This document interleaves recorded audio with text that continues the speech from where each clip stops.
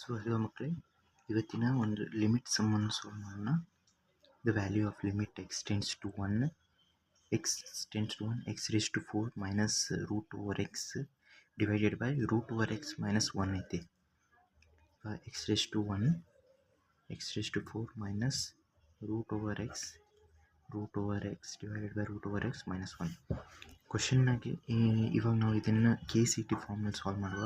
ನಾವು ಇದನ್ನು ಫಸ್ಟಾಗಿ ಇದನ್ನು 1 ಹಾಕಿದ್ವಿ ಅಂದರೆ ಇದು 0 ಆಗುತ್ತೆ, ಇದು 0 ಆಗುತ್ತೆ. ಯಾಕೆಂದರೆ 1 ಮೈನಸ್ 1 0, 1 ಮೈನಸ್ 1 0 ಆಗುತ್ತೆ. ಇದು ಸಾಲ್ವ್ ಮಾಡಬೇಕಂತ ಹೇಳಿದರೆ ನಾವು ನ್ಯೂಮರೇಟರ್ನ ತೆಗೆದುಕೊಂಡು ಸಪ್ರೇಟ್ ಡಿಫ್ರೆನ್ಸಿಯೇಷನ್ ಮಾಡೋಣ, ಡಿನಾಮಿನೇಟರ್ ಸಪ್ರೇಟ್ ಡಿಫ್ರೆನ್ಸಿಯೇಷನ್ ಮಾಡೋಣ. ಸೊ ಎಕ್ಸ್ ರೇಸ್ ಟು 4ಗೆ 4x ಕ್ಯೂಬ್ ಆಗುತ್ತೆ, ಯಾಕೆಂದರೆ 4 ಮುಂದೆ ಬರುತ್ತೆ.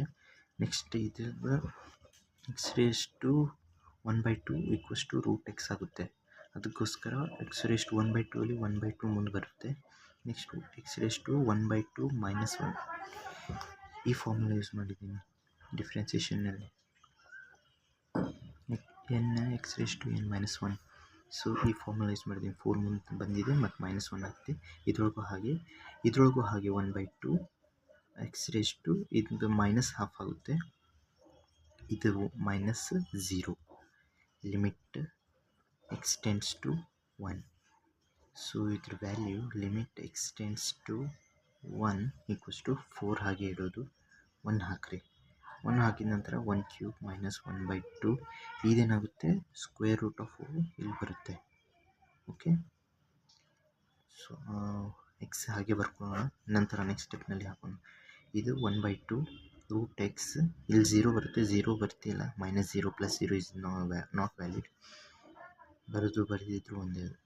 ಎಕ್ಸ್ ರೇಸ್ ಟು ಇವಾಗ 1 ಹಾಕಿದ ನಂತರ 4 ಇಂಟು 1 ಕ್ಯೂಬ್ ಮೈನಸ್ 1/2 ಇದರೊಳಗೆ 1 root 1 divided by 1/2 root over 1. So it will be the value of 4 minus 1/2. Root 1 value 1 ಆಗುತ್ತೆ, ಸೊ 1 ಆಗುತ್ತೆ. ಇದರ ವ್ಯಾಲ್ಯೂ 1/2 ಆಗುತ್ತೆ.